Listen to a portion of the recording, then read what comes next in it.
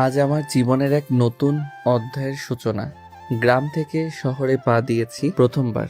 বুকের ভেতর কেমন অজানা এক ধুকধুকানি। বাবার হাতে লেখা একটা চিঠি, সেটাই আমার সম্বল। তিনি বলেছিলেন, এই চিঠিটা ইমরান স্যারের হাতে দিস, উনি তোকে সব ব্যবস্থা করে দেবে। বাবা যেমন আশার আলো দেখিয়েছেন, শহরটা ততটাই অচেনা, কঠিন আর নিষ্ঠুর। তা বুঝতে বেশি সময় লাগলো না, কিন্তু বুকে কিছুটা সাহস ছিল, কারণ শুদ্ধ ভাষাটা আমি ভালোই পারি। ভার্সিটির প্রথম দিন, বুক ভরা স্বপ্ন নিয়ে ক্লাসরুমে পা রাখলাম। ভাবলাম সবাই হয়তো হাসি মুখে স্বাগত জানাবে, কিন্তু বাস্তবতা ছিল ভিন্ন। দরজায় ঢুকতেই ক্লাসের অন্য শিক্ষার্থীরা আমার দিকেই তাকিয়ে হাসাহাসি শুরু করলো। কারো চোখে অবজ্ঞা, কারো ঠোঁটে ব্যঙ্গ। একটা মেয়ে বলল, কি রে দোস্ত, বিক্ষোভ আমাদের ক্লাসে চলে আসলো কিভাবে? গিয়ে দেখ, দারোয়ানের চোখ ফাঁকি দিয়ে ভিতরে চলে আসছে। এই ছেলে, এই এখানে ভিক্ষা দেওয়া হয় না, এটা ক্লাসরুম। তোমার যদি ভিক্ষার প্রয়োজন হয় তাহলে নিচে অপেক্ষা করো, কেউ যাওয়ার সময় দিয়ে যাবে। ক্লাসরুমে বাধা দিও না, যাও যাও। চাঁদনি, বাদ দে না, বেচারা শখ করে আসছে, তাকে অপমান করিস না। এই 20 টাকা দিয়ে দেন না ওকে। মেয়েটার বান্ধবী ব্যঙ্গ করে কিছু একটা বলার পর হঠাৎই আরেকজন মেয়ে এগিয়ে এলো। রাফির দিকে তাকিয়ে মুচকি হেসে যেন করুণার ছায়া চোখে নিয়ে তার হাতে 20 টাকার একটা নোট গুঁজে দিল। রাফি প্রথমে কিছু বুঝে উঠতে পারল না। ধীরে ধীরে তার চোখ বড় হয়ে গেল। মুখে কোনো শব্দ নেই, শুধু স্তব্ধতা, যেন কেউ তাকে চড় মেরে চলে গেছে, অথচ সে বুঝতেই পারছে না কেন। চারপাশটা ধীরে ধীরে ঝাপসা হয়ে আসছিল তার কাছে। সহপাঠীরা হাসছে, কেউ খোঁচা দিচ্ছে, কেউ আবার নীরবভাবে উপহাসও করছে। রাফি দাঁড়িয়ে রইল একটা বোকা অপমানিত ছেলের মতো। 20 টাকার সেই ছোট্ট কাগজটা হাতে নিয়ে এমনভাবে তাকিয়ে আছে যেন সেটাই তার সমস্ত সম্মানকে গিলে ফেলেছে। তখনই সেই মেয়েটা আবারও ফিরে এলো। ধীরে ধীরে রাফির সামনে দাঁড়িয়ে তার হাত থেকে ওই 20 টাকার নোটটা কেড়ে নিল আর বলল, ওয়েট ওয়েট, ওকে 20 টাকা দেওয়ার মানে কি? ওয়াই? ওকে তো দেখেই বোঝা যাচ্ছে ও সুস্থ স্বাভাবিক একজন মানুষ। এই ছেলে, এই তুমি কি সুস্থ স্বাভাবিক না? তাহলে কেন আমাদের কাছে সাহায্য চাইতে আসছো? তুমি রিক্সা চালাও, ভাতের হোটেলে কাজ করো, কিছু একটা করো। সুস্থ স্বাভাবিক মানুষ কেন সাহায্য চাইতে আসছো? আমি তো এখানে কোনো সাহায্য চাইতে আসিনি। সাহায্য চাইতে আসোনি, তাহলে কেন আসছো?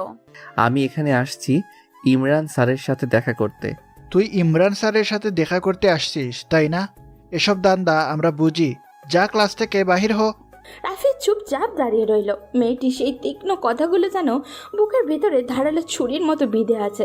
চারপাশে হাসাহাসির শব্দ, চোখে চোখে তাচ্ছিল্য, সব কিছু মিলিয়ে তার মাথা কেমন যেন ঝিমঝিম করছে। সে আর কিছু বলতে পারল না, শুধু নিরুত্তরে দাঁড়িয়েই রইল, যেন জমে গেছে ও। ঠিক তখনই ছেলেটি আবারও এগিয়ে এসে গম্ভীর কণ্ঠে ধমকে উঠল। যা বাহির হ। রাফি আর সহ্য করতে পারল না। চোখের কোণে জমে থাকা অশ্রুটা এবার আর আটকে রাখা গেল না। মাথা নিচু করে ক্লাসরুম থেকে বেরিয়ে গেল নিঃশব্দে। পেছন থেকে গেল সেই হাসির শব্দ, ফিসফাস, ব্যঙ্গ, সব মিলিয়ে যেন একটা যন্ত্রণার দেওয়ালি।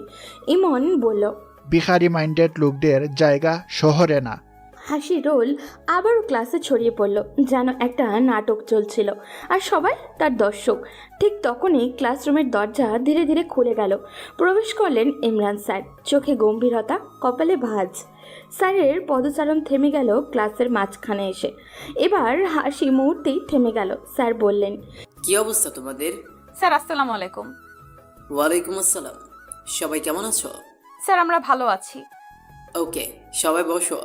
ইমরান স্যার ক্লাস করানোর প্রস্তুতি নিচ্ছিলেন। মার্কারের ঢাকনাটা খুললেন। ঠিক তখনই কিছু একটা লিখতে যাবেন, সেই মুহূর্তে দরজাটা ধীরে ধীরে খুলে গেল। সবাই চমকে তাকালো দরজার দিকে। ক্লাসরুমে প্রবেশ করলো রাফি, মুখে এক চিলতে শান্ত হাসি, চোখে আত্মবিশ্বাসের হালকা ঝিলিক। অপমানের ভার তার চোখে মুখে নেই, বরং যেন এক নতুন দৃঢ়তা খেলা করছে চোখে মুখে।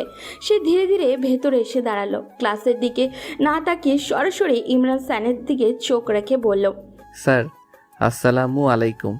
ওয়ালাইকুম আসসালাম। তুমি কে আর কি দরকার এখানে?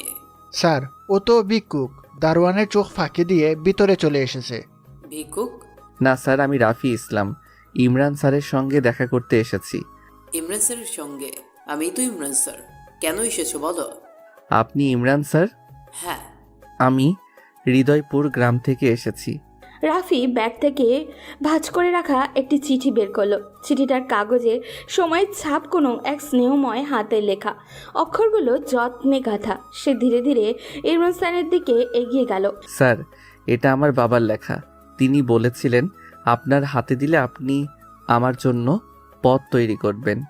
ইমরান স্যার একটু অবাক হয়ে চিঠিটি নিলেন, একবার রাফির মুখের দিকে তাকালেন। সেখানে কোনো নাটকীয়তা নেই, শুধু গম্ভীর আন্তরিকতা। চিঠির খাম খুললেন, ধীরে ধীরে পড়তে শুরু করলেন। প্রিয় বন্ধু ইমরান, আশা করি পরিবার নিয়ে ভালো আছো। তোর কাছে আমার ছেলে রাফিকে সুপর্দ করছি। সে শহর চেনে না, জীবন বুঝে না, কিন্তু তার ভেতরে আলাদা এক আগুন আছে। আমি চেয়েছি সে পড়াশোনা করে মানুষ হোক, মাথা উঁচু করে দাঁড়াক। আমি জানি তোর মতো একজন শিক্ষক ওর জন্য আশীর্বাদ হবে। দয়া করে আমার সন্তানের পথটা একটু সহজ করে দিস। ইতি তোর ছোটবেলার বন্ধু আজিজুল হক। চিঠি পড়া শেষ করে ইমরান স্যার চোখ তুলে রাফির দিকে তাকালেন, চোখে এক ধরনের ভার অনুভবের গভীরতা। তিনি তখন শুধু বললেন, আচ্ছা, তুমি রাফি, তাহলে এতক্ষণ থেকে বলনি কেন? আমি তো তোমাকে চিনতেই পারিনি। তখন লিমা নেহার কানে ফিস ফিস করে বলতে লাগলো, এই নেহা, তুই কি ওকে চিনিস? তোদের রিলেটিভ কেউ? চিনি না, কখনো দেখিনি। কোথা থেকে চলে এসেছে আমাদের রিলেটিভ? তো এরকম হতে পারে না। তোমার বাবার চিঠি শুধু দায়িত্ব নয় রাফি, এটা আমার কাছে একটা অঙ্গীকার। আমি তোমার পাশে থাকব। স্যার, ছেলেটা কে? ও হচ্ছে রাফি, আমার ছোটবেলার একমাত্র বন্ধুর ছেলে, আর ও আজ থেকে এই ভার্সিটিতেই পড়বে। স্যার, ওকে তো দেখে ভিক্ষুক মনে হয়েছিল, আর ও আমাদের সাথে প্রাইভেট ভার্সিটিতে পড়বে। হ্যাঁ, ও 100% এখানেই পড়বে। ওকে দেখে খুব সাধারণ একজন ছেলে মনে হয়, তাই না? জি স্যার। কিন্তু না, ও একজন অসাধারণ ব্রিলিয়ান্ট ছেলে। সেটা তোমরা কয়েকদিন গেলেই বুঝতে পারবে। আচ্ছা রাফি, তোমার কাগজপত্র কি কি এনেছো দাও তো। এই নিন স্যার। আচ্ছা ঠিক আছে রাফি, তুমি একটু ওদের সাথে এখানে বসো, আমি একটু আসছি। ইমরান স্যার ক্লাস থেকে বেরিয়ে গেলেন। ক্লাসরুমে আবারও গুঞ্জন শুরু হলো। কেউ উচ্চস্বরে কিছু বলার সাহস করছে না।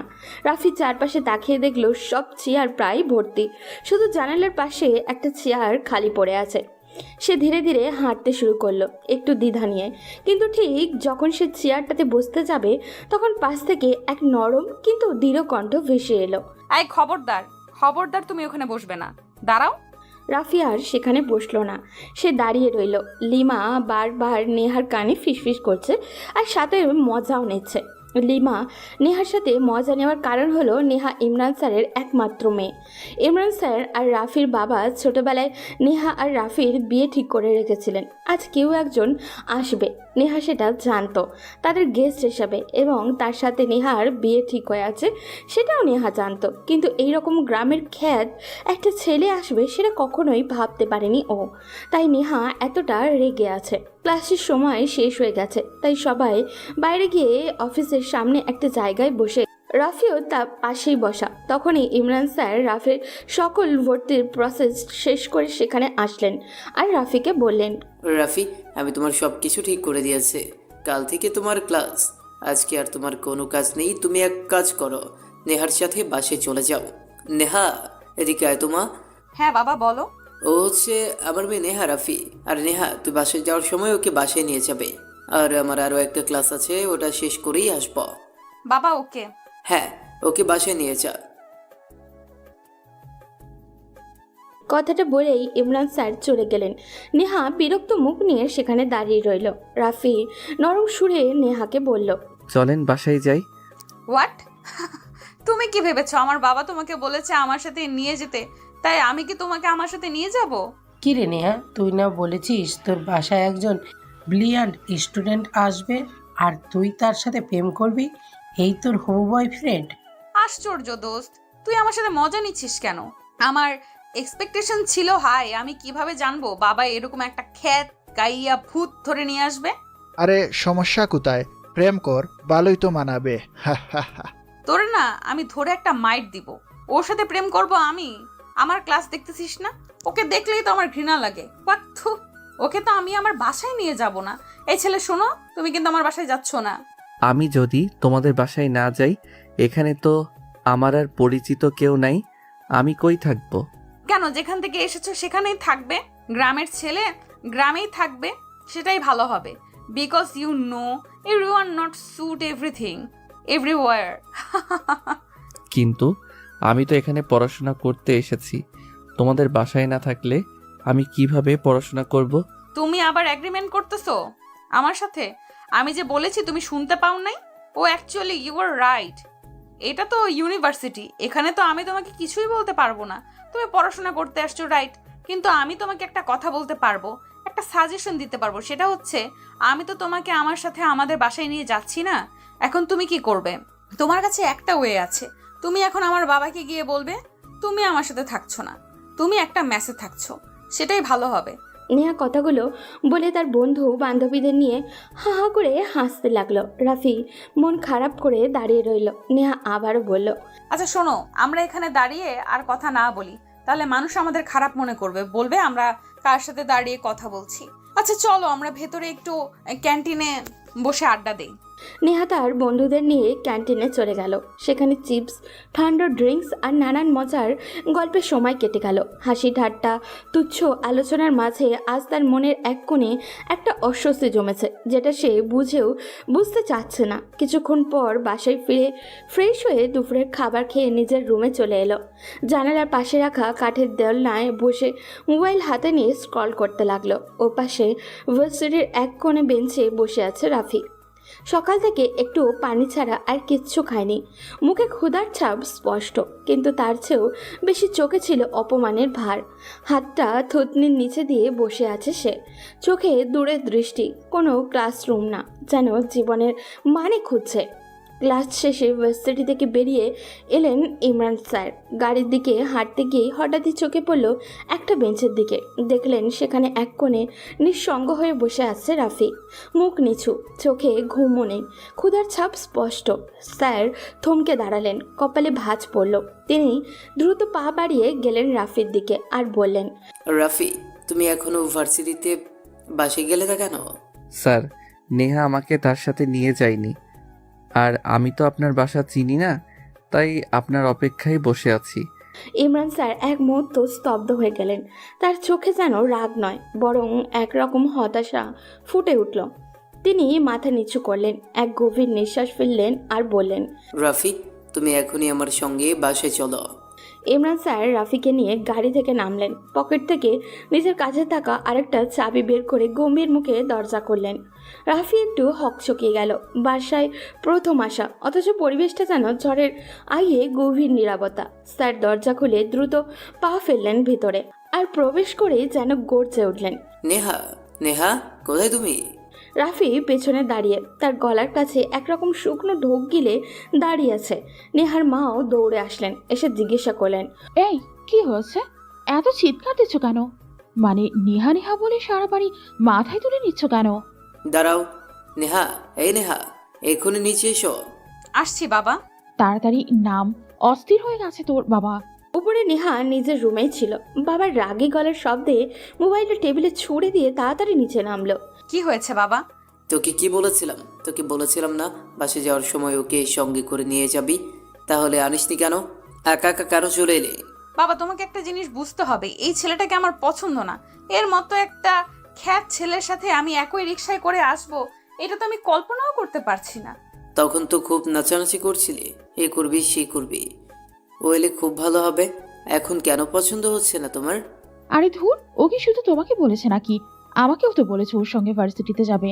হ্যাঁ বলেছিলাম মা, বলেছিলাম, কিন্তু আমি তখন কি জানতাম বাবা কোত্থেকে একটা গাইয়ে ছেলেকে ধরে নিয়ে আসবে? আমি আগে যদি জানতাম তাহলে বাবাকে নিষেধ করতাম। এই ছেলেকে আবার কেন বাসায় নিয়ে আসলো? এত বেশি বিয়াদবি করো না। স্টুডেন্ট হিসেবে ও তোমার থেকে অনেক বেশি ব্রিলিয়ান্ট, আর ওর যে যোগ্যতা আছে সেটা তুমি কোনোদিনও অর্জন করতে পারবে না। যাও এখন। হ্যাঁ হ্যাঁ, তোমাদের যদি এতই ভালো লাগতেছে তাহলে তোমরা মাথায় নিয়ে নাচো, আমাকে এসবের মধ্যে ডাকবে না। নেহা কথাগুলো বলে উপরে নিজের রুমে চলে যাবে, তখনই তার ছোট ভাই রাজু সেখানে উপস্থিত হয় এবং নেহাকে বলে, কি হয়েছে আপু? তুই দিয়ে দেখ, আমাদের বাসায় নতুন আপদ এসেছে। কথাটা বলেই নেহা উপরে চলে গেল। ইমরান স্যার রাফির কাঁধে হাত রাখলেন, তারপর ধীরে ধীরে বললেন, রাফি বাবা, তুমি কিছু মনে করো না, ও একটু মাথা গরম তো, তাই সবসময় অস্থির থাকে। আচ্ছা তুমি ফ্রেশ হও, তোমার আন্টি তোমাকে দেখিয়ে দিবে তুমি কোন রুমে থাকবে। এই যাও, ওকে নিয়ে যাও। আসো বাবা, আমার সাথে আসো। জি চাচি। রাফি রুমে গিয়ে সবেমাত্র কাপড়টা খুলেছে, বাথরুমে যাবে ফ্রেশ হওয়ার জন্য। তখনই তার রুমে প্রবেশ করলো রাজু। রাজু একটি চেয়ারে বসে রাফির পা থেকে মাথা পর্যন্ত খুব ভালো করে দেখছে। তখন রাফি বলল, তুমি কে ভাই? আমি এই পরিবারের ছোট ছেলে, তাছাড়া নেহা আমার আপু হয়। ও হুম, তুমি তাহলে দুলা ভাই? দোলা ভাই? আরে আমি তো এখনো বিয়ে করি নাই। আরে বিয়া করে নাই তো কি হয়েছে, এখন করবা? আমার আপু তো তোমারে বিয়ে করার জন্য পাগল হয়ে আছে। কি তোমার আপু আমারে বিয়ে করব? আরে হ্যাঁ, আর এটাও বলছি, তুমি আসার পর থেকে যেন আমি তোমাকে দুলাভাই বলে ডাকি। আপু শুধু তোমাকেই বিয়ে করবে। না না, তোমার ওই ডাইনি আপুকে বিয়ে করা যাবে না। তোমার ওই দজ্জাল আপুকে যদি আমি বিয়ে করি, আমার জীবনটা ধ্বংস হয়ে যাবে। দরজার সামনে দিয়ে যাচ্ছিল নেহা। রাফির মুখে এমন দজ্জাল কথা শুনে মাত্রই তার রাগ যেন মাথায় চড়ে বসলো। হনহনিয়ে রুমে ঢুকে পড়ল। রাফির দিকে হেরে গিয়ে বলল, এই এই কি বললাম তুমি? আমি ডাইনি, আমি দজ্জাল, গাইয়া খ্যাত রাম ছাগল কোথাকার। আমাকে দজ্জাল বলার সাহস কে দিয়েছে তোমাকে? সাহস আমারে কেউ দেয় নাই। দেখো, আমি এখানে আসছি অনেক স্বপ্ন নিয়ে। বাবা বলছে আমার সব দায়িত্ব তোমার বাবার হাতে দিয়েছে, আর এটাও বলছে তোমার সাথে নাকি আমার বিয়ে ঠিক হয়েছে। কিন্তু এখন দেখতেছি। এখন কি দুলা ভাই? এই তুই ওকে দুলাভাই বলতেছিস কেন? ওর মতো একটা খ্যাত ছেলেকে তুই দুলাভাই বলবি না। সত্যি সত্যি যদি তোমার সাথে আমার, মানে তোমার বাবা যদি আমার সাথে তোমার বিয়ে দেয়, তাহলে তো বিষয়টা ভালো হবে না। তোমাকে বিয়ে করব আমি? তোমাকে বিয়ে করার চেয়ে সুইসাইড করে মরে যাওয়া অনেক ভালো। এই তুই দাঁড়িয়ে আছিস কেন? এখানে ওর সাথে থাকতে থাকতে তুইও খ্যাত হয়ে যাবি। আয় এখান থেকে। রাজু কিছু বলতে চাচ্ছিল, কিন্তু নেহার চোখ দেখে আর সাহস পেল না। চুপচাপ সে হাঁটতে লাগলো নেহার সঙ্গে। নেহা তাকে রীতিমতো টানতে টানতে ঘর থেকে বের করে আনলো। সোজা এসে বসে পড়লো ড্রয়িং টেবিলের সামনে। তার নিঃশ্বাস এখনো ভারী, রাগ যেন এক চুলও কমেনি। তখন নেহার মা হাতে কিছু খাবার নিয়ে সেখানে আসলেন। নেহা তার মাকে রাগী সুরে বললেন, মা, আমি এই বাসায় থাকবো না, এই বাসা থেকে চলে যাব। কেন, কি হয়েছে? বাবা নাকি বলছে ওই গাইয়া ছেলের সাথে আমার বিয়ে দিবে। কি বিশ্রী কথা। কেন বিশ্রী হবে কেন? তুই গতবারই তো বললি ছেলেটা যদি ভালো হয়, ভালো স্টুডেন্ট হয়, তাহলে তোর দিক থেকে কোনো আপত্তি নেই। তাহলে এখন কেন ছিছি করছিস? মা, তোমাকে একটা কথা বুঝতে হবে, ওই ছেলেটাকে আমার পছন্দ না। ওকে দেখলেই কেমন রাম ছাগলের মতো দেখা যায়। ছি, এমন ছেলেকে বিয়ে করব আমি? এমন ছেলেকে বিয়ে করাচ্ছে কে? তো আমি সুইসাইড করে মরে যাব, এটাই ভালো। যা, তোর বাবাকে গিয়ে বল তুই সুইসাইড করবি। যা। আমি পারবো না বলতে, তুমি তোমার স্বামীকে গিয়ে বলো। নেহা আর তার মায়ের এই কথা কাটাকাটির মধ্যেই হঠাৎই রাফি তড়িঘড়ি করে সেখানে উপস্থিত হয়। হালকা পেটে হাত দিয়ে মুচড়াতে মুচড়াতে বলে, চাচি, একটা সমস্যায় পড়েছি। কি সমস্যা বাবা? চাচি, একটু বাথরুমে যেতে হবে, কিন্তু বাথরুমে গিয়ে দেখি বাথরুমে বদনা নাই। মা, তোমার এই ব্রিলিয়ান্ট স্টুডেন্ট সে বাথরুমে যাবে, এখন বাথরুমে গিয়ে বদনা খুঁজতেছে। চাচি, আসলেই তো বাথরুমের কোনো বদনা নেই। এখন যদি বদনা না থাকে তাহলে কেমনে কি? গ্রামে হলে তো যে কোনো কিছু একটা করা যেত। কি মা, কি বলছে ও? গ্রামে কি ওরা যে কোনো কিছু ব্যবহার করে ফেলে? তুই একটু চুপ কর। এখানে তো হাই কমরু তো কখনো পুশ শাওয়ার ব্যবহার করেনি। এটা কিভাবে ব্যবহার করতে হয় জানে না। নেহা, তুই একটু ওকে দেখিয়ে দিয়ে আয় না, ছেলেটা তো চাপ ধরছে। কি বলছো মা তুমি এইসব? আমি এখন যাব, ওকে দেখিয়ে দেব কিভাবে বাথরুম করতে হয়, কিভাবে ফ্ল্যাশ করতে হয়। আমার কি খেয়ে দিয়ে কোনো কাজ নেই? ছি। চাচি, একটু তাড়াতাড়ি করেন না। এখনই ব্যবস্থা করছি। এই রাজু, রাজু এদিকে আয়, তোর ভাইকে একটু দেখিয়ে দে বাথরুম কিভাবে ব্যবহার করতে হয়। যা, তাড়াতাড়ি যা। তারপর রাজু রাফিকে সঙ্গে নিয়ে এসে সবকিছু ঠিকঠাকভাবে দেখিয়ে দিল। রাফিও কোনো রকমে নিজের কাজটা শেষ করলো। তারপর ফ্রেশ হয়ে রুমে গিয়ে কাপড় বদলে রাতের খাবারের জন্য ডাইনিং টেবিলের দিকে গেল। টেবিলে সবাই একসাথে খেতে বসেছে। রাফিকে দেখে নেহা শুধু মুখটা বার করে রইল, কোনো কথা বলল না। তখন নেহার বাবা রাফিকে লক্ষ্য করে জিজ্ঞাসা করলেন, তা বাবা রাফি, তোমার সাথে তো তেমন ভালো করে কথাই হয়নি। তোমার বাবা আজিজুল কেমন আছে? অনেকদিন হয়ে গেছে, দেখা হয় না তার সাথে। জি স্যার, বাবা ভালো আছেন। আপনার কথা সবসময় বলেন।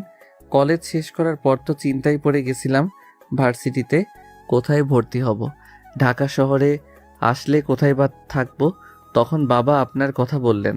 হ্যাঁ বাবা, আমরা তো এখানে আছি, আশা করি তোমার কোনো অসুবিধা হবে না। তা তুমি পড়ালেখা করে ভবিষ্যতে কি করতে চাও? স্যার, আমার ইচ্ছা আমি ডাক্তার হব, গ্রামের মানুষদের সেবা করব। গ্রামের মানুষদের চিকিৎসার অনেক অভাব, অনেকে তো বিনা চিকিৎসায় মারা যায়। তা কারো বাদে কিংবা যাতায়াতের অভাবে অনেককে ভালো ডাক্তার দেখাতে পারে না। তুমি অনেক ভালো মনের একজন মানুষ, আশা করি তোমার আশা পূরণ হবে। তুমি মানুষের পাশে দাঁড়াতে পারবে। এ বিষয়ে তোমার যত রকমের হেল্প লাগে আমি তোমাকে করব, তুমি কোনো চিন্তা করো না। জি আঙ্কেল, দোয়া করবেন আমি যেন আমার লক্ষ্যে পৌঁছাতে পারি, মানুষের পাশে সবসময় দাঁড়াতে পারি। তুমি পারবে বাবা, আমাদের দোয়া তোমার সাথে আছে। নেহা চুপচাপ বসে শুধু কথাগুলো শুনছিল। তার হাত থেমেছিল, চোখ স্থির, কিন্তু মনে যেন অন্য এক জগৎ ঘুরে বেড়াচ্ছে। এখন তার মনে অদ্ভুত একটা পরিবর্তন আসতে শুরু করেছে। ভেতরে ভেতরে সে স্বীকার করছে ছেলেটা সত্যিই অনেক ভালো, তবুও কোথাও যেন একটা দ্বিধা, এক ধরনের টানাপোড়েন কাজ করছে তার ভেতরে। নিজেকে বারবার বোঝানোর চেষ্টা করে স্থির করতে পারছে না, এই ছেলেটাই কি তার ভবিষ্যতের জীবনসঙ্গী হবে। রাফি একজন গ্রামের ছেলে, চলচালনে একটু সাদামাটা, দেখতে অনেকটা খ্যাত টাইপের।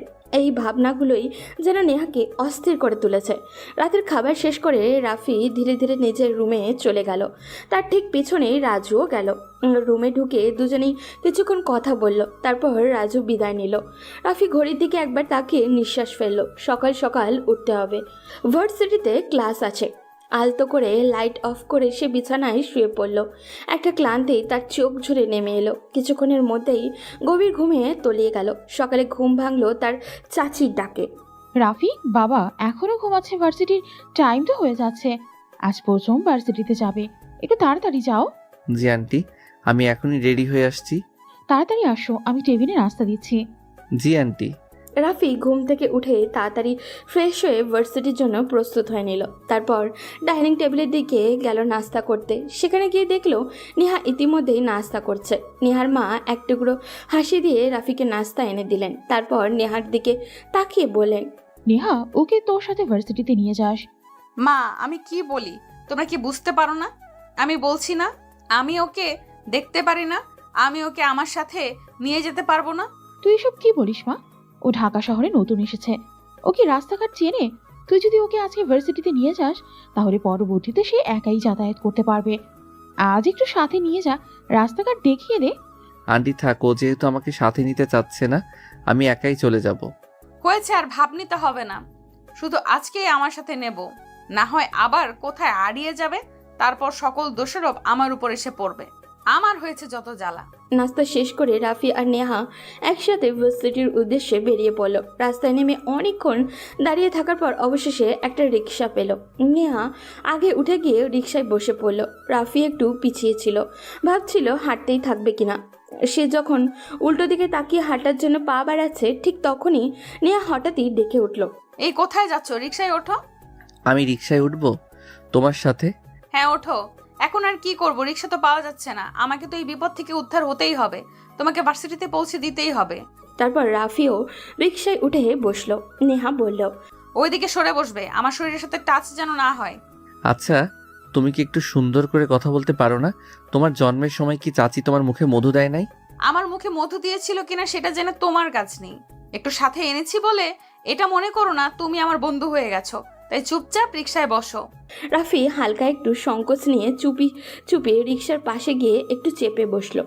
রিক্সাটা ধীরে ধীরে তার আপন গতিতে চলতে শুরু করলো।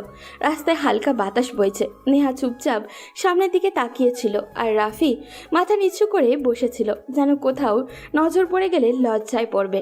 প্রায় 15 মিনিট পর তার ভার্সিটির গেটেই পৌঁছে গেল। রিক্সা থামতেই রাফি তাড়াতাড়ি নেমে পড়ল, আর কিছু না বলে সরাসরি তার ক্লাসরুমের দিকে চলে গেল। নেহা তখন গেটের সামনে একটু দাঁড়িয়েছিল।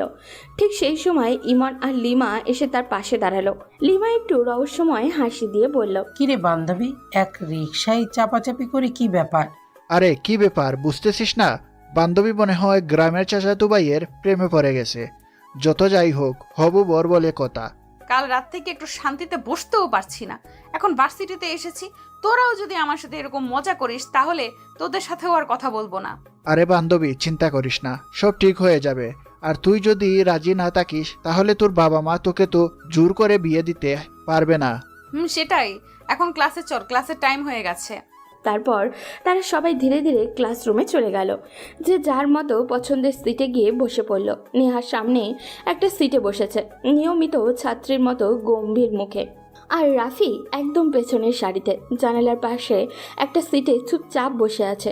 স্যার এখনও ক্লাসে আসেননি, তাই পুরো ক্লাসরুমে একটা হালকা গুঞ্জন। সবাই নিজেদের মধ্যে কথা বলছে, হাসাহাসি করছে। এই সময় ইমন ধীরে ধীরে রাফির কাছে এসে পাশের চেয়ারে বসলো।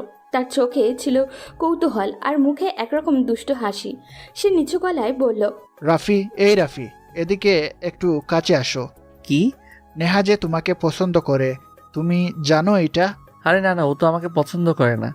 গতকালকে বাসায় আমার সাথে অনেক ঝগড়া করেছে। ও তো আমাকে সহ্যই করতে পারে না। দূর মিয়া, তুমি তো দেখি কিছুই বুঝো না। মেয়েদের চোখের ভাষা বুঝতে হয়। মেয়েরা যার সাথে বেশি ঝগড়া করে তাকেই ভালোবাসে। আর দেখলে না, আজ তোমার সাথে একই রিক্সায় আসলো। তার মানে কি নেহা আমাকে পছন্দ করে? 100% পছন্দ করে। এই যে, এই নাও 2টা ফুল। এই 2টা ফুল নিয়ে গিয়ে নেহাকে প্রপোজ করো। প্রপোজ করলে যদি রাগ করে? রাগ তো করবেই, প্রপোজ না করলে আরো বেশি করবে। এখন তুমি কি চাও, ও আরো বেশি রাগ করুক? না চাইলে তাড়াতাড়ি যাও। আমার তো বিশ্বাসই হচ্ছে না নেহা আমাকে পছন্দ করে। আরে ভাই, বিশ্বাস টিশ্বাস বাদ দে, স্যার এসে পড়বে, তাড়াতাড়ি যা। ইমনের কথায় কোনো জবাব না দিয়ে রাফি চুপচাপ উঠে দাঁড়ালো। তার চোখে যেন কত স্থির, চুপচাপ, নির্ভর। ধীরে ধীরে সে নেহার দিকে এগোতে লাগলো। পেছন থেকে ক্লাসের অনেকেই ফিসফিস করছে, কেউ কেউ মুখ চেপে হাসছে, কেউ আর ইমনের দিকে তাকিয়ে চোখের ইশারায় বলছে, দেখ শুরু হয়ে গেছে। কিন্তু এইসবের কিছুই যেন রাফির কানে ঢুকছে না। সে যেন নিজের জগতে ডুবে আছে, ভাবছে শুধুই নেহার সঙ্গে কিছু একটা বলা দরকার। নেহার পাশে এসে দাঁড়িয়ে সে আলতো করে ডাক দিল, নেহা, হুম তুমি যে আমার সাথে প্রেম করতে চাও সেটা তো বাসায় বললেই পারতে। এখানে সবার সামনে প্রপোজ করতে আমার তো লজ্জা লাগে। রাফি হাঁটুরে বসে পড়ল, হাতে একটা ফুল। নেহার চোখের দিকে নরম দৃষ্টিতে তাকাচ্ছে, যেন নেহা ওই মায়াবী মুখে তার ধৈর্য আটকে গেছে। তারপর রাফি আলতো করে নরম সুরে বলল, আই লাভ ইউ নেহা। এবার আর কেউই ফিসফিস করে হাসছে না।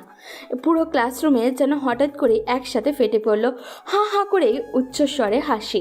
রাফি থেমে গেল, তার চোখে অজানা এক ভয় আর অপমানের ছায়া। নেহা চারিদিকে তাকিয়ে সেই হাসির সুরে নিজেও হেসে উঠল, একটা তীব্র নির্মম হাসি। রাফি বোকার মতো সবার দিকে তাকিয়ে রইল, কিছু না বুঝেই দাঁড়িয়ে।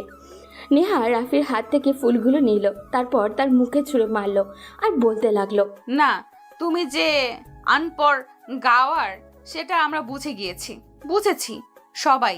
সেটা নিয়ে আমাদের কোনো অভিযোগ নেই। কিন্তু তুমি না ব্রিলিয়ান্ট স্টুডেন্ট, তোমার কি এতটুকু কমন সেন্স কাজ করতেছে না যে তোমার ক্লাস আর আমার ক্লাস সেম না? তুমি আমাকে দেখো, আমার মতো একটা স্মার্ট মেয়ে তোমার মতো একটা ছেলের সাথে প্রেম করবে? তুমি সেটা ভাবলে কি করে? কিন্তু ওরা তো। আর কোনো কিন্তু না। নেক্সট টাইম এই ধরনের ভুল যাতে আর না হয়। যাও। আরে মিয়া, তুমি তো আসলেই একটা গাদা। তোমাকে দিয়েছিও গাদা ফুল, আবার নেহার মতো মেয়ে তোমাকে পছন্দ করবে? হা হা হা হা। রাফি চুপচাপ দাঁড়িয়েছিল। এরপর ধীরে ধীরে পেছনের বেঞ্চে গিয়ে বসে পড়ল, আর চোখে দুটো টলমল করছে, যেন কোনো এক অদৃশ্য মেঘ তার ভেতরে জড়ো হয়েছে।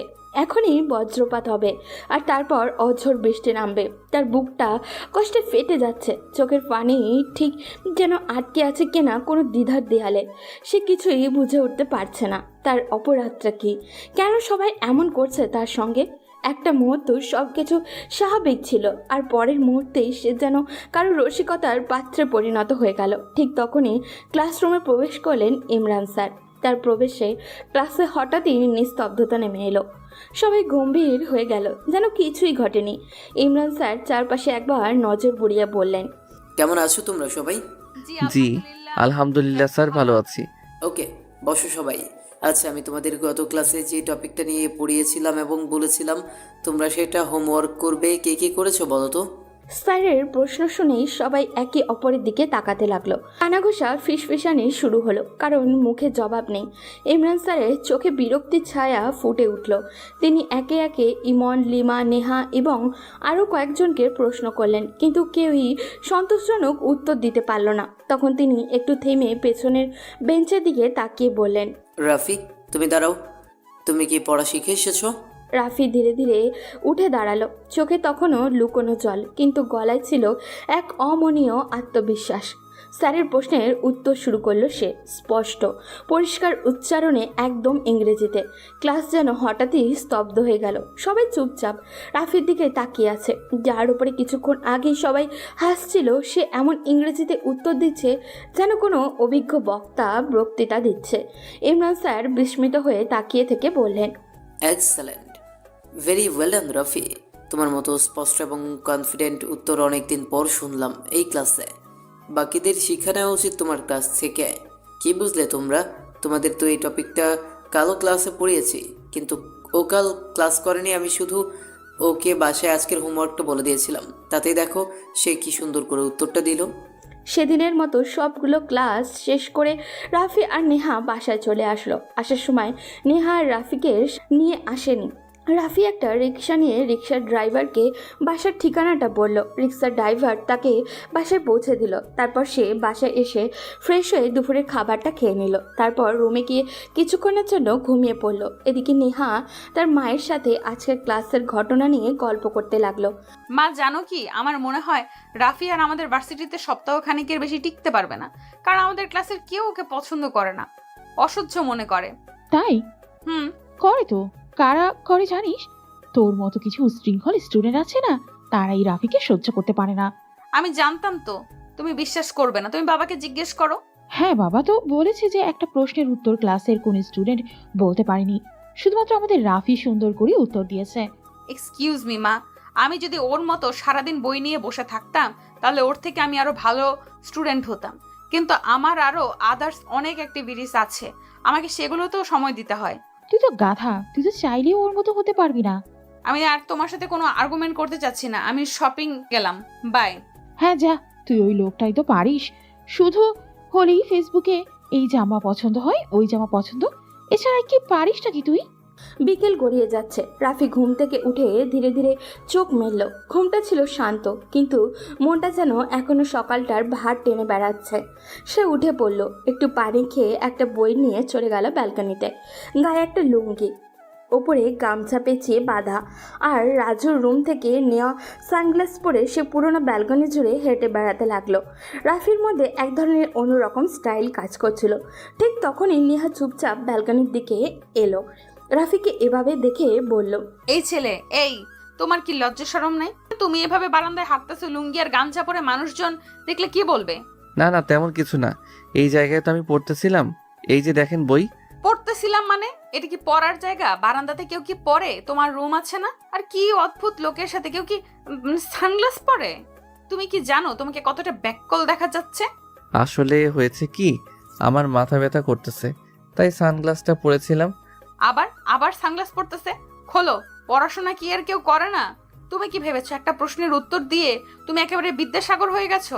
আর শোনো, তুমি আজকে থেকে লুঙ্গি পরবা না। তাহলে আমি কি পরবো? সবাই যা পরে, প্যান্ট পরবা।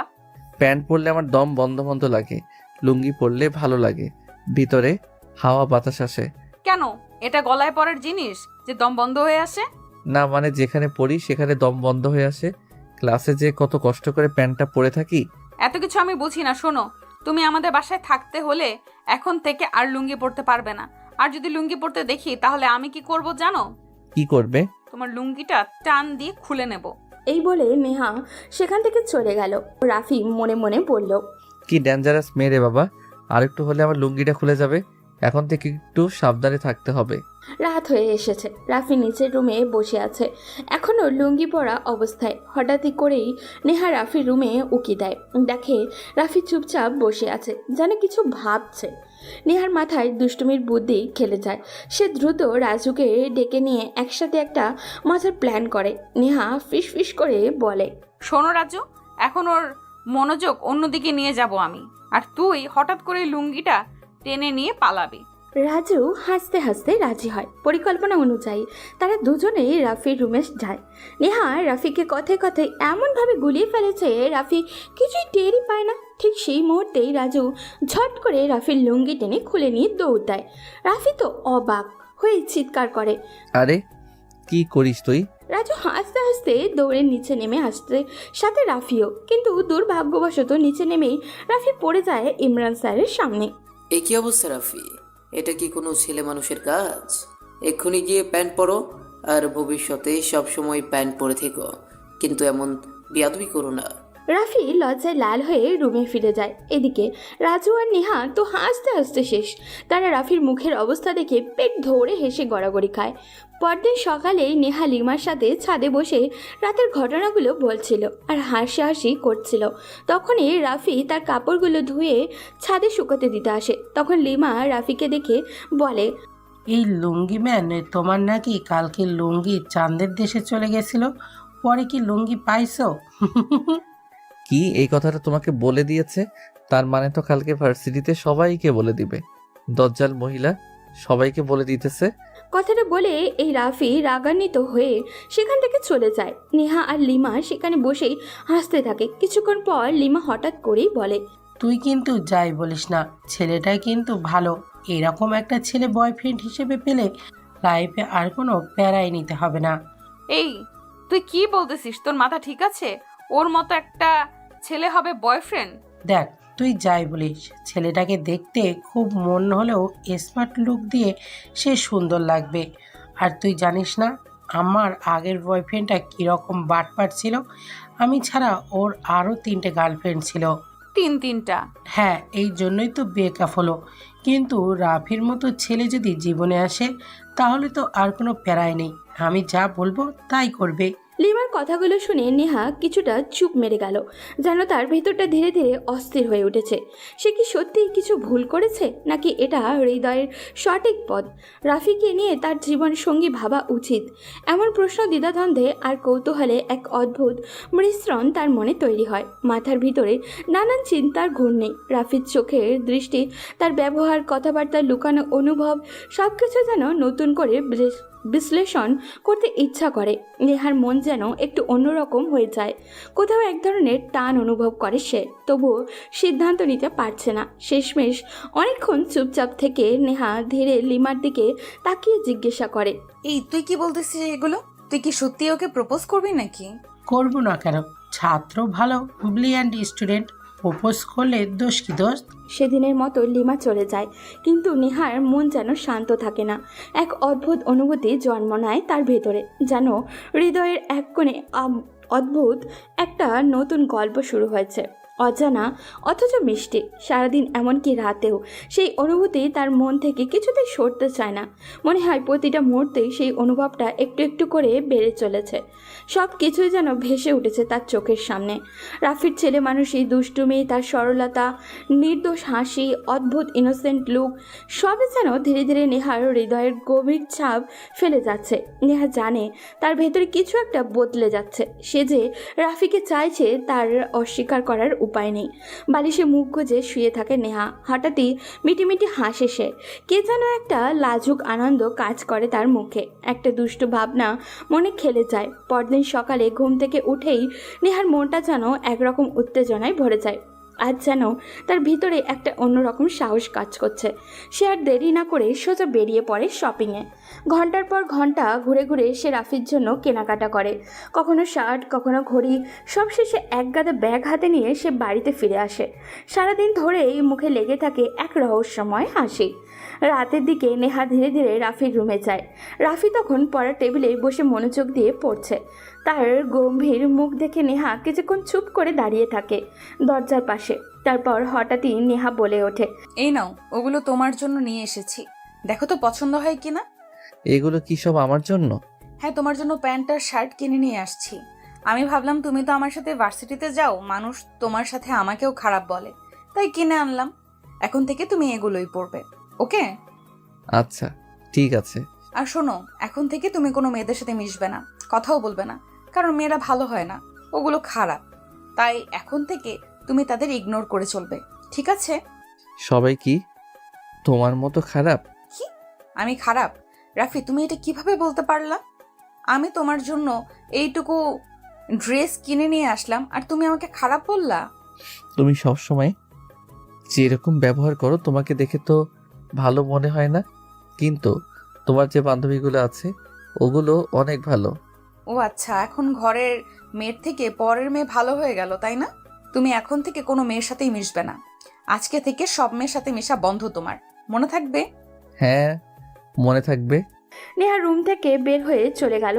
কিছুক্ষণ পর নেহা আবারও তার রুমে আসলো, এসে রাফিকে বলল, আর একটা কথা শোনো, কোনো মেয়ে যদি তোমাকে প্রপোজ করে তাহলে ডাইরেক্ট রিজেক্ট করে দিবে, আর আমাকে সাথে সাথেই এসে বলবা। মনে থাকবে? হ্যাঁ, থাকবে। নেহা চলে গেলে রাফি ব্যাগগুলো সাইডে রেখে দিল, তারপর পড়তে শুরু করলো। হঠাৎ বাইরে থেকে একটা আওয়াজ আসলো। রাফি, পড়া শেষ হলে খাবার খেতে আসো। আচ্ছা চাচি, আমি এখনই আসতেছি। রাফি বইগুলো গুছিয়ে রেখে রাতের খাবার টেবিলে গিয়ে বসলো। নীরবতা ভাঙার কেউই ছিল না, তাই দ্রুত খাওয়া শেষ করে নিজের রুমে ফিরে এলো। ঘুম যেন সহজেই চোখে ভার করে এলো। সকালবেলা ঘুম থেকে উঠে ফ্রেশ হয়ে ভার্সিটির প্রস্তুতি নিল।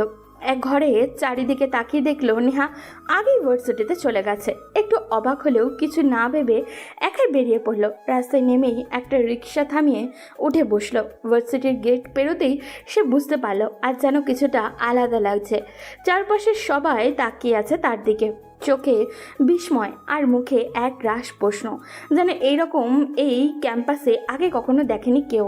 রাফিকে দেখতে আজ ঠিক যেন কোনো সিনেমার হিরোর মতো লাগছে।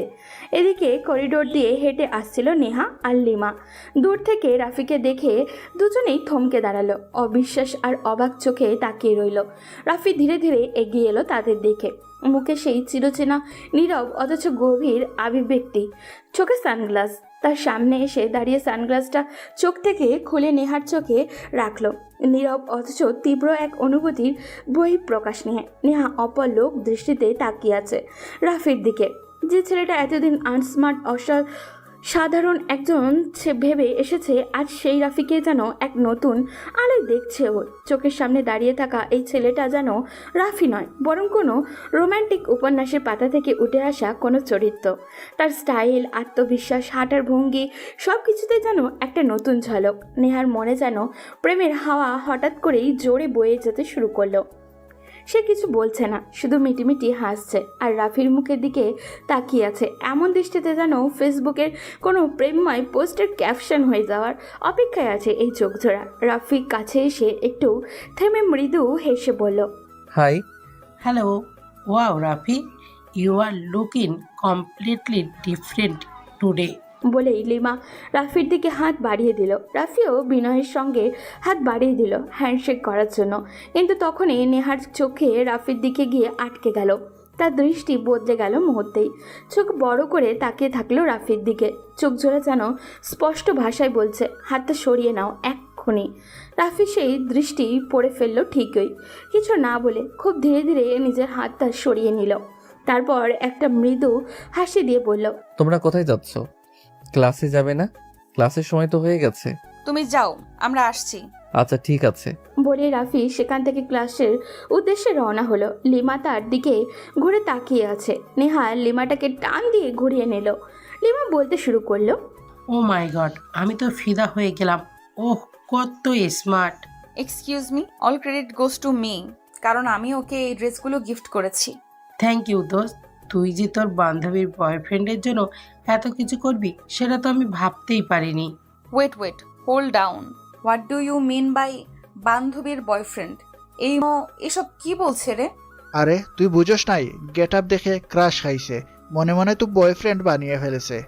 ও আই সি। আমি এক্ষুনি গিয়ে ওকে প্রপোজ করব। এই দাঁড়া, আরে দাঁড়া, এভাবে গিয়ে প্রপোজ করলে ও বাবাকে এসব কিছু বলে দেবে, শুধু শুধু তোর প্রেস্টিজ নষ্ট হবে, তাই না? হ্যাঁ, নেহা ঠিকই বলেছে, ওর কথা শুন, আগে কিছুদিন বাঘভঙ্গি দেখ, তারপর প্রপোজ করিস। হ্যাঁ সেটাই। পরে যদি ওকে কেউ নিয়ে নেয় তাহলে আমার কি হবে? তোর আবার কি হবে? তোর জন্য তো আমি আছি, তাই না? দেখ, একদম ফাজলামি কথাবার্তা বলবি না। দেখছিস তোর চেহারা আর ওর চেহারা। আরে ডোন্ট ওয়ারি দোস্ত, আমি আছি না। এই আয় ক্লাসে চল। চল। লিমা আর ইমন ক্লাসে ঢুকে পড়ল, কিন্তু নেহা কিছুটা চুপচাপ হয়ে পড়ল, চিন্তায় ডুবে গেল। সে মনে মনে ভাবতে লাগলো, আর দেরি করা ঠিক হবে না। রাফি যেভাবে বদলে যাচ্ছে, ওর চারপাশে নজর পড়তেই পারে অন্য কারো। যদি কেউ ওকে ছিনিয়ে নেয় তখন? না, আজই বলতেই হবে, আজকেই। দিন শেষে সবগুলো ক্লাস শেষ হলো। রাফি আর নেহা একসাথে বাসায়ও ফিরল। রাফি নিজের রুমে বসে পড়ছিল, চোখ মনোযোগ, হাতে বই, আর পাশে বসে রাজুকে পড়াতে পড়াতে মাঝে মাঝে কিছু ব্যাখ্যাও দিচ্ছিল। ঠিক তখনই হঠাৎ নেহা ধীরে ধীরে রাফির রুমে ঢুকে পড়ল, চোখে এক অদ্ভুত সাহস আর কিছুটা দ্বিধা। রাফি কিছু বলতে চাচ্ছিল, তার আগেই নেহা সরাসরি রাজুর দিকে তাক। রাজু, তুই একটু বাহিরে যা তো, আমার একটা সূত্র বুঝতে হবে তো, তাই। কেন? দুলাভাই কি তোমার স্যার নাকি যে ওনার কাছ থেকে তুমি সূত্র বুঝবে? তোর কাছে কৈফিয়ত দিতে হবে আমার? আমি তোর বোন, আমি যা বলবো তাই করবি, যা এখন। রাজু শান্তভাবে তার বইগুলো গুছিয়ে নিল, রাফির দিকে একবার তাকালো, তারপর নেহার দিকে। বুঝে গেল আজ কিছু একটা বিশেষ হতে চলেছে। নীরবে রুম থেকে বেরিয়ে গেল। নেহা ধীরে পা ফেলে রাফির সামনে থাকা চেয়ারটিতে এসে বসলো, মুখে হালকা একটা হাসি, কিন্তু চোখে অদ্ভুত এক আত্মবিশ্বাস আর লজ্জা মিশে আছে। রাফি বই বন্ধ করে নেহার দিকে তাকালো। এত অপ্রত্যাশিত পরিস্থিতি সে একটু অস্বস্তিতেই পড়ে গেল। গলাটা খানিকটা শুকিয়ে গেল, একটু ইতস্তত করে মৃদু কণ্ঠে বলল, ওকে বের করে দিলে কেন? কারণ আমি তোমার কাছে একটা পড়া বুঝতে এসেছি। দেখি কোনটা। এই নাও, এখানে লেখা আছে। রাফি কাগজটি হাতে নিল, তারপর পড়তে শুরু করলো। কাগজটিতে লেখা, জানি না কি আছে তোমার মাঝে, কোন নেশায় নেশাগ্রস্ত করেছো আমাকে, কিভাবে তোমার মতো এতটা সহজ সরল একটা ছেলের প্রেমে পড়ে গেলাম আমি নিজেও জানি না।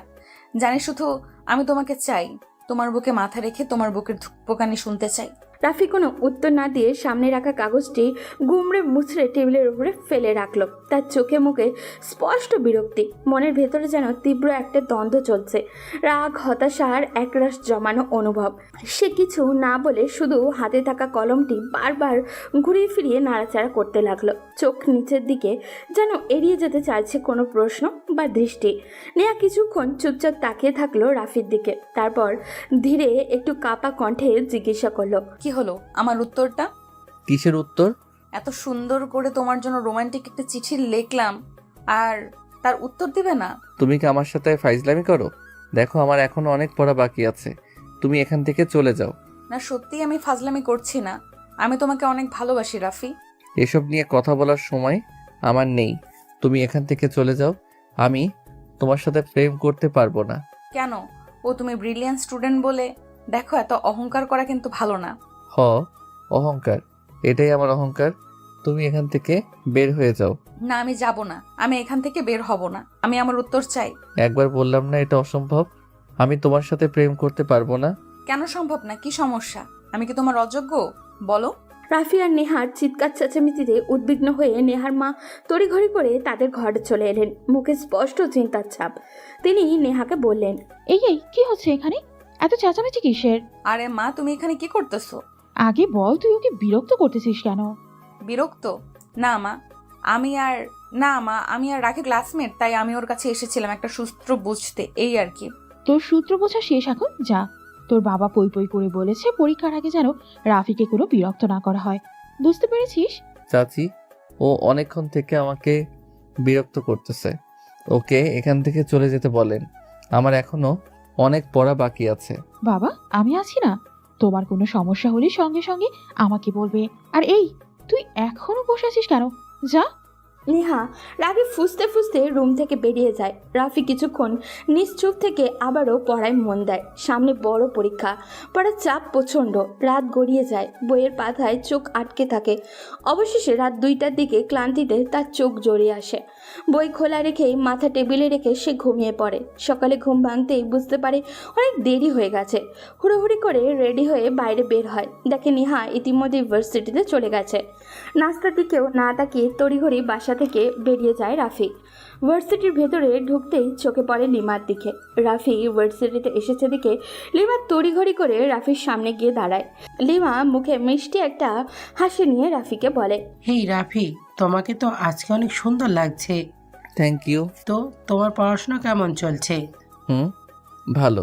নেহা দূর থেকে দেখতে পায় রাফি লিমার সাথে দাঁড়িয়ে হেসে হেসে কথা বলছে।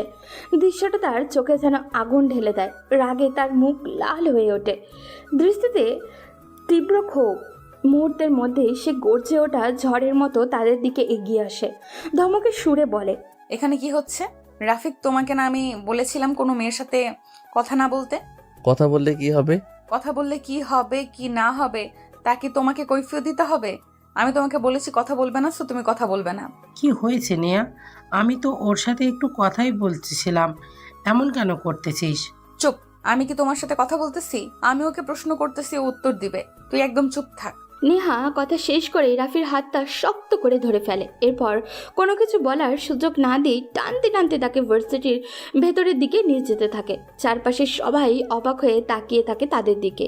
নেহার বন্ধু বান্ধবীরাও হতবাক হয়ে পেছনে পেছনে দৌড়াতে শুরু করে। হঠাৎই নেহা রাফিকে নিয়ে একটা বাথরুমে ঢুকে পড়ে, সঙ্গে সঙ্গেই দরজাও বন্ধ করে দেয়। বাইরে থেকে বন্ধু বান্ধবীরা দরজায় ধাক্কা দিচ্ছে ক্রমশ আর ডাকছে, নেহা দরজা খোল। এই নেহা দরজা খোল। কিরে, কি হলো ব্যাপারটা? জানি না তো। ভেতরে রাফি দেওয়ালের সাথে ঠেসে আছে আর নেহা দাঁড়িয়ে আছে একদম তার সামনে।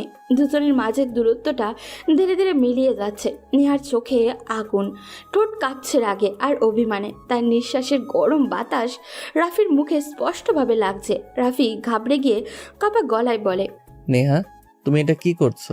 সবাই তো বাইরে, সবাই উল্টাপাল্টা বুঝবে। তুমি জানো, আগে আমি তোমাকে একটা পুরোপুরি খ্যাট টাইপের ছেলে ভাবতাম। তোমার সরলতা, তুচ্ছ ব্যাপারে নার্ভাস হয়ে যাওয়া, তোমার অদ্ভুত কথা বলা সবই হাস্যকর লাগতো আমার কাছে। ভাবতাম তুমি আমার মতো কারোর সঙ্গে মেলোই না। কিন্তু জানো, সেই খ্যাত ছেলেটাকেই আমি আজ চোখ বুজে ভালোবেসে ফেলেছি। তোমার সেই গাধামি, তোমার অসহায় চাহনি আর তোমার সেই একগুঁয়ে মনের সরল ভালোবাসাটাই আমার হৃদয়টা একেবারে উল্টো করে দিয়েছে রাফি। তুমি নিজের মতো করে আলাদা, কিন্তু সেই আলাদা জায়গাটাই আজ আমার সবচেয়ে আপন। আমি বুঝতেই পারিনি, কারণ তুমি আমার সব কিছু হয়ে গেলে। আজ আমি স্বীকার করছি, আমি সেই ছেলেকেই ভালোবেসে ফেলেছি যাকে আমি কখনো পাত্তা দিতাম না। আর এখন আমি তাকে ছাড়া এক মুহূর্তও কল্পনা করতে পারি না। দেখো, তুমি আমাকে ছাড়ো। তুমি এসব পাগলামি করছো। আমি পাগলামি করছি না, তুমি এক্ষুনি আমাকে প্রপোজ করো। আমি তোমাকে প্রপোজ করতে পারবো না। এমনকি সবাই যদি আমার হাত পা বেঁধেও বলে, তাও আমি তোমাকে প্রপোজ করব না। কি? তুমি আমাকে প্রপোজ করবে না? তুমি জানো আমি এখনই বাইরে গিয়ে সবাইকে বলবো তুমি আমার সাথে খারাপ কাজ করার চেষ্টা করেছো। আরে, তুমি তো খুব খারাপ মেয়ে, তোমার মন মানসিকতা এত নীচ। বাইরে তখন হুলুস তুলুস পরিস্থিতি। বন্ধুরা দরজায় ধাক্কা দিচ্ছে, কেউ চিৎকার করছে। ঠিক তখনই ওই পথে যাচ্ছিলেন ইমরান স্যার। ছাত্রদের চেঁচামেচি আর ভিড় দেখে তিনি থমকে দাঁড়ান। কিছুটা বিস্মিত হয়ে এগিয়ে এসে কড়া গলায় প্রশ্ন করেন, এই কি হচ্ছে এখানে? তোমাদের ক্লাস নেই? এখানে সবাই ভিড় করেছো কেন? বাথরুমের ভেতরে কিছু আছে নাকি? কেউ আছে নাকি ভেতরে? কে? স্যার, নেহা আর রাফি। ইমরান স্যারের মাথায় যেন আকাশ ভেঙে পড়ল যখন তিনি শুনলেন ভেতরে যার কথা হচ্ছে সে আর কেউই নয়, তার নিজের মেয়ে নেহা। এই এক মুহূর্তে যেন তার শরীর ঝিম ধরে গেল, গলা শুকিয়ে গেল। তিনি চোখ কপালে তুলে তাকিয়ে রইলেন বন্ধ দরজার দিকে। ইমরান স্যার ফিস ফিস করে বললেন, নেহা, আমার নেহা, এটা কি শুনছি আমি? এমনটা তো কখনো ভাবিনি, কখনো না। হঠাৎই বাস্তবে ফিরে এলেন তিনি। অবিশ্বাস আর হতবাক চোখে সামনে এগিয়ে গেলেন। সরাসরি দরজার সামনে দাঁড়িয়ে তীব্র কণ্ঠে ডাক দিলেন, নেহা, দরজা খোলো এখনই। এটা কি ধরনের বেয়াদবি? তুমি আমার মেয়ে আর এই কাজ? দরজা খোলো বলছি। চারপাশে সব ছাত্রছাত্রীরা থম মেরে গেছে। কারোর মুখে কোনো শব্দ নেই, শুধু দরজার ওপাশে এক অজানা স্তব্ধতা। ভেতরে রাফি আর নেহা একে অপরকে এতটা কাছাকাছি দাঁড়িয়েছিল যে ইমরান স্যারের কণ্ঠস্বর যেন বাজের মতো নেমে এলো দুজনের উপরে। দুজনেই এক মুহূর্ত স্তব্ধ হয়ে গেল। রাফির মুখ ফ্যাকাশে হয়ে উঠল আর নেহার চোখ ভরে উঠল জলভেজা আতঙ্কে। কোনো কথা না বলে, কোনো দ্বিধা না রেখে নেহা দ্রুত দরজার চিটকিনি খুলে দিল। দরজা খোলার সঙ্গেই ইমরান স্যার এক পলক মেয়ের চোখের দিকে তাকালেন। তারপর আর কিছু না শুনে তার হাত ধরে টানতে টানতে নিয়ে যেতে লাগলেন। চারপাশে সবাই স্তব্ধ, কারোর মুখে কোনো শব্দ নেই। নেহা কান্নায় ভেঙে পড়ে বাবার হাত ধরে টেনে নেওয়ার অবস্থাতেই কাঁপা কাঁপা গলায় বলে, বাবা প্লিজ, বাবা বাবা তুমি একবার আমার কথা শোনো প্লিজ বাবা। কিরে, তুই আর রাফি দুজন একা বাথরুমের ভিতর কি করছিলি? বাবা বিশ্বাস করো, আমি সত্যি বলছি, আমার কোনো দোষ নেই। ও আমাকে জোর করে বাথরুমের ভেতরে নিয়ে গেছে। না না স্যার, আমি আসলে... না বাবা, তুমি ওকে বিশ্বাস করতেছো? তুমি আমাকে বিশ্বাস করো না? তুমি তোমার মেয়েকে বিশ্বাস করো না? আমি তোমার সাথে মিথ্যা কথা বলতে পারি? দাঁড়াও, আমি তোমাকে প্রুফ দিতেছি। তুমি আমার ফ্রেন্ডদেরকে জিজ্ঞেস করো, ও আমাকে জোর করে ভেতরে নিয়ে গেছে। আমি ওকে ভয় পেয়ে গেছিলাম, কি করব কিছু বুঝতে পারছিলাম না। না স্যার, নেহা মিথ্যে কথা বলতেছে। রাফি কথাটা বলতেই ইমরান স্যার রাফির গালে ঠাস করে একটা চড় বসিয়ে দিলেন। পুরো পরিবেশটা যেন স্তব্ধ হয়ে গেল। স্যার বললেন, চুপ। ও মিথ্যা কথা বলছে তাই না? এখানে যারা সবাই আছে সবাই মিথ্যা কথা বলছে, আর তুই একা সত্যবাদী? তুই আজকে আমার বাসা থেকে চলে যাবি। তোর মতো কোনো চরিত্রহীন ছেলে আমার বাসায় আমি রাখবো না। আর তুই যাতে এই ইউনিভার্সিটিতে আর পড়া কন্টিনিউ করতে না পারিস তার ব্যবস্থাও আমি করছি। তোর এত বড় সাহস, এত বড় সাহস তুই আমার মেয়ের গায়ে হাত দিস? এই তোমরা যাও, যার যার কাজে যাও। করিডোরটা এখন নিস্তব্ধ। শুধু রাফি দাঁড়িয়ে আছে এক কোণায়, বোকার মতো শূন্য দৃষ্টিতে তাকিয়ে। চারপাশে যেন অন্ধকার নামতে শুরু করেছে। আলো আছে, কিন্তু তাতে কোনো উষ্ণতা নেই। কেউ একবার ফিরে তাকায়নি তার দিকে। তার মনে হচ্ছে একটি মিথ্যা অপবাদ আজ তার সমস্ত স্বপ্ন ধুলে মিশিয়ে দিল। তার বুকের ভেতরটা ধ্বংসস্তূপ হয়ে গেছে।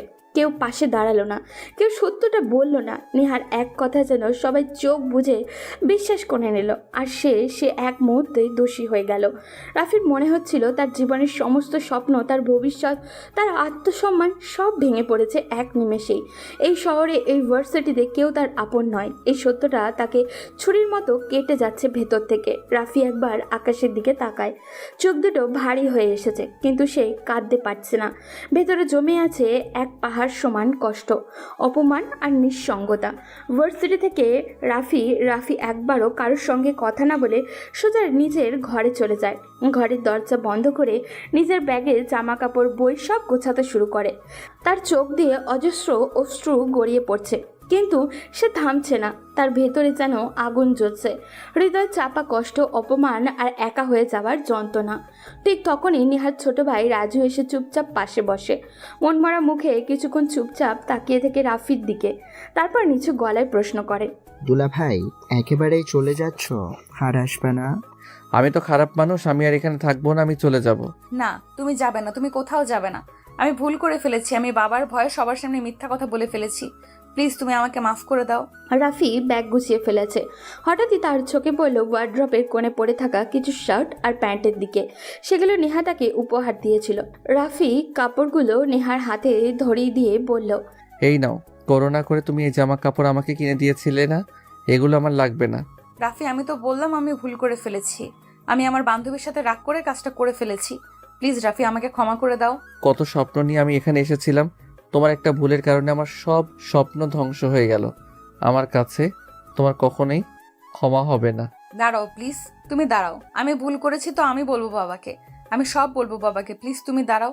রাফি রুম থেকে বের হয়ে আসে ড্রয়িং রুমে। এসে নেহার মার কাছে থেকে বিদায় নেয়। নেহার মাকে বলে, চাচি, আমি চলে যাচ্ছি। আপনার হাতে রান্না না অনেক মজা। আপনারা এই বাড়িতে আমার থাকা খাওয়ার ব্যবস্থা করে দিয়েছিলেন, এটা আমি কখনোই ভুলবো না। পাশেই সোফায় বসেছিলেন ইমরান স্যার। রাফি নেহার মায়ের কাছ থেকে বিদায় নিয়ে ইমরান স্যারের সামনে এসে দাঁড়ায় আর বলে, স্যার, আপনি আমাকে বিশ্বাস করে এই বাড়িতে নিয়ে এসেছিলেন, কিন্তু আমি আপনার বিশ্বাস রাখতে পারিনি, আমাকে মাফ করে দিয়েন। কিন্তু তোমার কোনো দোষ নেই, সব দোষ আমার। এই দোষ নেই মানে? সবার সামনে ও এরকম একটা কাজ করলো আর তুই বলতেছিস ওর কোন দোষ নেই? হ্যাঁ বাবা, ভার্সিটিতে যা হয়েছে তা আমার জন্যই হয়েছে। কথা পেঁচাচ্ছিস কেন? যা বলার সরাসরি বল। বাবা, আসলে আমি ওকে জোর করে বাথরুমে নিয়ে গেছিলাম, ওর কোনো দোষ নেই। তুমি ওকে মাফ করে দাও, যা শাস্তি দিতে হয় আমাকে দাও তুমি বাবা। তুই কেন ওকে জোর করে বাথরুমে নিয়ে যাবে? কারণটা কি? এই তুই কি যা বলছিস সত্যি বলছিস, নাকি ওকে বাঁচানোর চেষ্টা করছিস? না, আমি সব সত্যি বলছি। আমি কাল রাতে ওকে চিঠি লিখেছিলাম, কিন্তু ও আমার চিঠির কোনো উত্তর দেয়নি। ও আমাকে ইগনোর করতেছিল। আমি এটা সহ্য করতে পারছিলাম না, তাই রাগ করে ওকে। বাহ, কি সুন্দর কথা, কি অদ্ভুত চিন্তা ভাবনা নিয়ে তোরা চলাফেরা করিস। তোর বাবা ওর সাথে তোর বিয়ে ঠিক করো, আর তুই কি করলি? ঢং করে বললি, না আমি ওকে বিয়ে করবো না, ও গ্রামের ছেলে। আর এখন কিনা রাতে ওর কাছে গিয়েছিস চিঠি দিতে? বাহ ভাই। এই রাফি, ও যা বলছে এটা কি সত্যি? হ্যাঁ স্যার, এই কথাটাই তখন আমি বলতে চেয়েছিলাম। তুই সেটা আগে কেন আমাকে বলিসনি? এত ভালো হতে তোকে কে বলেছে? তুই এত অপমান নিজের গায়ে কেন নিলি? স্যার, আমি চাইনি যে আপনারা নেহার মধ্যে কোনো দূরত্ব সৃষ্টি হোক। শোন, তোকে কোথাও যেতে হবে না, তুই এখানেই থাকবি। আর ভার্সিটিতে যা সমস্যা হয়েছে তা আমি কালকেই সব মিটিয়ে ফেলব। Thank you sir. হঠাৎই ইমরান স্যার সামনে এসে রাফিকে শক্ত করে জড়িয়ে ধরলেন। রাফি কিছু বুঝে ওঠার আগেই স্যারের কাঁধে নিজের চোখের জল লুকানোর চেষ্টা করলো। কোনো শব্দ নেই, শুধু বুকের ভেতরে জমে থাকা কষ্ট যেন একটু একটু করে গলে পড়ছে। চারপাশে এখন হাসির রোল। রাফির মুখেও এক টুকরো শান্তির হাসি ফুটে উঠল। তার বুকের ভেতরে হালকা হয়ে গেল। সে যেন দীর্ঘদিন পরে নিঃশ্বাস নিতে পারল। ভেতরটা শান্ত, উষ্ণ, আবার নতুন করে স্বপ্ন দেখার সাহস পেল। রাত তখন গভীর, চারিদিকে নিস্তব্ধ। রাফি ছাদে একা দাঁড়িয়ে আছে, দুহাত পকেটে ঢোকানো, চোখ তুলে তাকিয়ে আছে আকাশের দিকে। পূর্ণিমার চাঁদ ঠিক তার মাথার উপরে, সাদা আলোয় ছাদ ভরা নিস্তব্ধতা। চাঁদের চারপাশে হাজারো তারা নীরবে পাহারা দিচ্ছে সেই নিঃশব্দ হৃদয়টাকে। তার ভেতরটা ধীরে ধীরে শান্ত হচ্ছে, যেন প্রকৃতি নিজ হাতে তাকে সান্ত্বনা দিচ্ছে। হঠাৎই পিছন থেকে এক মৃদু শব্দ ভেসে এলো, পায়ের চুপি চুপি আওয়াজ। রাফি ধীরে ধীরে ঘুরে তাকালো। তাকে অবাক করে দিয়ে পিছনে দাঁড়িয়ে আছে নেহা। হালকা বাতাসে ওর চুলগুলো উঠছে, চোখ দুটো ভিজে, মুখে এক অদ্ভুত প্রশান্তি আর অপরাধ বোধ লুকানো ভালোবাসা। দুজনে কিছুক্ষণ চুপচাপ দাঁড়িয়ে রইল। কারোর মুখে কোনো শব্দ নেই, শুধু চোখে চোখে এক অপূর্ব সংলাপ। তারপর নেহা ধীরে ধীরে কাছে এসে দাঁড়ালো রাফির একদমই সামনে। চোখ নামিয়ে নিচু গলায় বলল, এই, তুমি কি আমাকে ভয় পাচ্ছ? ভয় পাওয়ার কোনো কারণ নেই। এখন আমি তোমাকে প্রপোজ করব না। যা হবার তা তো হয়ে গেছে, এখন এত কিছু বলে কি লাভ? আমি আবার কি করলাম? বোকা সাজতেছো, আমি কিন্তু সব জানি। তুমি যে স্যারকে দিয়ে আমার বাবার কাছে সবকিছু বলে দিয়েছো আর বিয়ের প্রস্তাব দিয়েছে, এখন তো বিয়েটাও ঠিক হয়ে গেছে। ও এই কথা? এটাই তো আমার কারিশমা। আমি জানি আমি যদি তোমাকে প্রপোজ করি তাহলে তুমি রিজেক্ট করে দিবে। এই জন্যই আমি বুদ্ধি করে একেবারে জায়গা মতো আপিল করে ফেলেছি। খুব ভালো করেছেন ম্যাডাম, এখন আমাকে বিরক্ত না করে আপনি এখান থেকে যান। আমার এখনো অনেক পড়া বাকি আছে। সারাক্ষণ শুধু পড়া পড়া। এখন থেকে তুমি আর পড়বা না, শুধু প্রেম করবা। কথাটি বলেই নেহা ধীরে ধীরে রাফিকে জড়িয়ে ধরল। তার বুকের সঙ্গে মুখটি ঠেকিয়ে চোখ বন্ধ করে দিল, যেন সেই মুহূর্তটা চিরকাল ধরে রাখতে চায়। নরম ধীরে একটুখানি ভালোবাসার স্পর্শ রেখে দিল রাফির কপালে। একটিও শব্দও নেই, তবু সে যেন হাজারো ভাষায় বলছে, তুমি আমার, একান্তই আমার। রাফি কিছু বলল না, তবে তার চোখে ছিল বিস্ময় আর বুক ভরা ভালোবাসার জোয়ার। সে আলতো করে নেহাকে কাছে টেনে নিল, যেন চিরতরে নিজের কাছে করে নিচ্ছে। দুজনের মাঝের দূরত্ব আজ আর নেই। ভালোবাসার এক অদ্ভুত মায়াবী বন্ধনে জড়িয়ে গেল তারা, নিঃশব্দ, গভীর আর চিরন্তরে। চারপাশের নিস্তব্ধতা, কেবল রাতের বাতাসের মৃদু শব্দ আর সেই চাঁদের আলো, যা যেন সাক্ষী হয়ে রইল এই পবিত্র মিলনের। এই রাত, এই যোচনা, এই বন্ধন, সব কিছু মিলিয়েই রয়ে গেল এক অনির্বচনীয় প্রেমের গল্প।